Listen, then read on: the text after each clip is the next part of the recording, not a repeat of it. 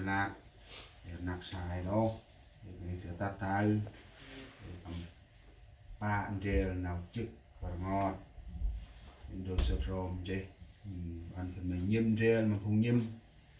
มากเรียนมันคงมากงานนั้นคนนี้ลอยและnào học ra lên từ game lạ can thì tập thái tầm chu len hay ngân nhìn nào chu len nào kia mặt nào tầm cuồng len ăn lao mà chặt đơ giờ là mông na thân đi tập thái mình là mông na ô chì thì mông ăn ông đang ai tầm nào hay là khách chìm lại mông plau đủ mông plau thực hôm plau tanh đông ôi là sai mà nấu miệng bự mà còn ti mông thì cái đồng hành hè vang ên ta đi thơm cả là pu ên chu lang pu ên là bằng chắc là minh ên hay ấp pol ai mà làm vậy quá chỉ là cụ ta bòn mà sao đi nên do pol hay off hay con hay đạm bần mà mít rồi hãy bước rồi minh ên vui ên xa mà hôm cá tịch mà hôm hạt cái gì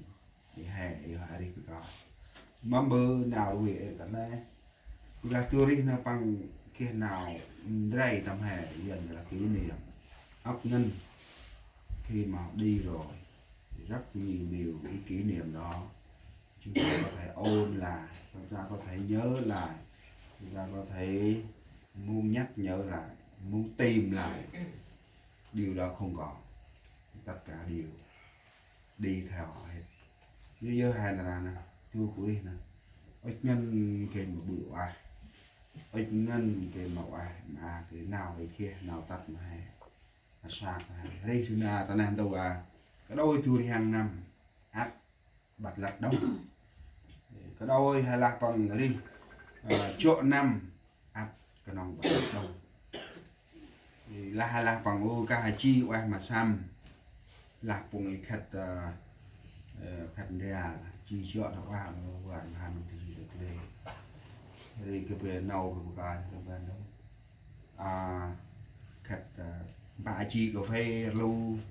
trên mông này quy từ cà phê đi nhiệt thế chọt lá đấy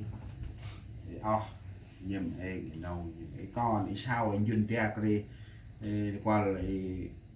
nè bằng bự chai hôm mỹ e một cái chai anh chọn nhật kia chai về hành dòng được xì làm hồ cái thơm chỉnh ướt mà hè một lao đông lại khơm ninh hè mát trong quanh ra hè mát đúng nhưng mà hè ít nào đây ta trôm đi hè một lao truy cực khách vừa cực tắt là năm 93 lẽ nào bằng em mắt rò lẽ nào ấy đi chiên cực là bằng một cái truy đó một cái truy cực ở Nam Hà mà là 5 năm kỷ niệm khi sống với cha với mẹ không bao giờ quên thì là cướp chiên cách ngân là bự nó cướp 4 năm tôi nè bằng chi cướp của api cướp ốt bự ninh nữa ốt bằng tắt gùn mang là bằng pích ven anh và bữa chỉ cắt của nó là pích ven anh rồi này bụt bự ngồi trời tóc bự ai ọp mic bự mình pích tận này sao hẳn pích tận này cắt băng đông quen anh rồi nó tắt cướp chít năm chít ba năm tóc băng hành cho hành cái đôi tết cái đôi ngày chút ngày đi hành từ nào mang hành bay xem hành miết hành job từ vì bằng mô rom cực tình bằng hành đó nắp là bằng hành cực hành đông bằng từng lần thì cực cho ta coi là bằng hành là cực hành đông kỳ từ ròm chút ngày thì nào in rầy nơi một chuyện chỉ đi đến ban đông khá là bằng cụ thầu nạc xả hè tên cái liên gọi nè để con nó lấy chỉ quy gần đông chỉ thì hè nè làm bàn ra đồ sân nào đang đủ ngơi ăn mà hè dù hàn của chít mà ngoài trong và chít năm và chít mà vào quay đây sẽ ton ăn mà phùng cho bằng Isula cướp dưới chiên nơm từ ăn phùng khét từ cái đông giờ bu nằm cho mà cướp mà đi nắp tà lá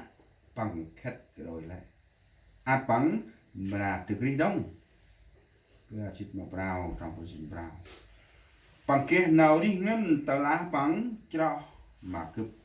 chỉ để bằng mồ mà mọc nào khát ổ ai chiên mô kia tu hay tươi ton lẽ ngồi nào cho là ta năng tàu tươi ton cọt quanh đây sự thì mà kia nào đi ngân đi xuống là cướp dưới chiên tươi ăn phùng khét từ cái đi quanh ra chiên ngọc bù bằng chỉ kia nào tươi như là mắm bù bằng học khét tai na thì là từ cái đông này chưa hai tuần nào mà tầm nào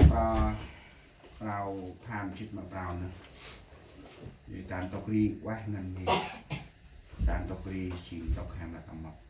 lẽ ngô trẻ màu kia từ hay tê màu kia từ hay tun tóc ít tròn áo nhưng mà ngọt là hút nhưng mà ngọt là hè nhoi chân mà ra oi an kia thì tầm cao tầm tay chầm riêng một cái này tuôn một nấu nào khét nó lại sạch luôn đi mày làm họ ti han mà họ mặt ôn mà họ tông xem con mà họ kia mà một cái nào khét lạc cái đó sự chết không bao giờ chọn người nhưng đến giờ chúng ta sẽ đi sự chúng ta được bình an bởi vì chúng ta có Chúa đã hứa với chúng ta ngày hôm nay này và ton ăn ba hé thì bằng lạc ngân nên thật là hạt khét rồi lại hèm ra đi nắp là hạt khét rồi đâu hèm ra đi bằng kia nào đi ngắn một kia nào đi bắt lật cả hạt này đầu chỉ có tìm bằng kia nào đi ngắn thì là bằng chót mà quàng ra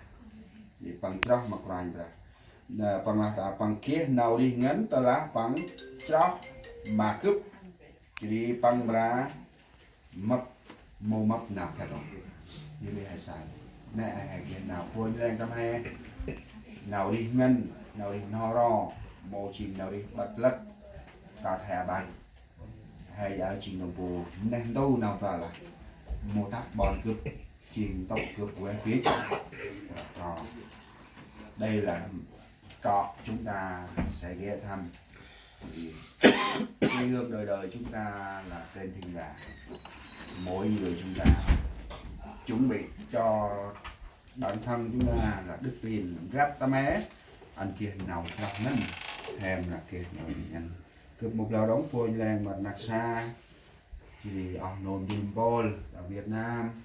hè tới anh lại ngôi chai nữa đặt ban tầm prime ra ý nào thì là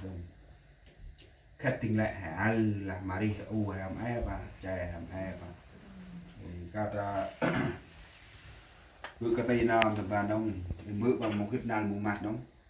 thì ít mà kèm bữa cả thu đúng cả thì sao cực tài nhiều cả thì ít sai mù mặt thì chè đó nào thì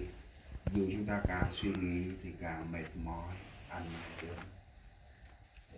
ít mà kèm đâu quen mà quanh mình đây đậu mù mặt chè thì ngày được cướp thằng bạn không chè cướp màu sạch thì cướp là khi tầm mưa thật mỹ cướp nhìn rêu tàn ôi chè trên đất này là lúc đầu tiên lại mèo thì xa mèo cạp thì đưa đi là cả cái đi đưa chỉ ngôn cướp một vào hai này đang đi cướp mà cái tờ bò punom là bò punom kề thì lồng nàng thì cướp là cướp thì khát rồi một mắt bằng một cái nào đó ta ta coi này bò giờ dẫn ha rụp tu chè đi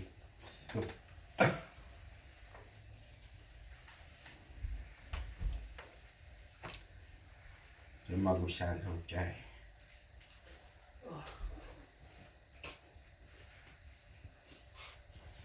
vì là cây này chưa ta đâu cái đi phò tàu ở quăng không cái háo chị đi hè mà ra nè tầm là ngồi chạm được sao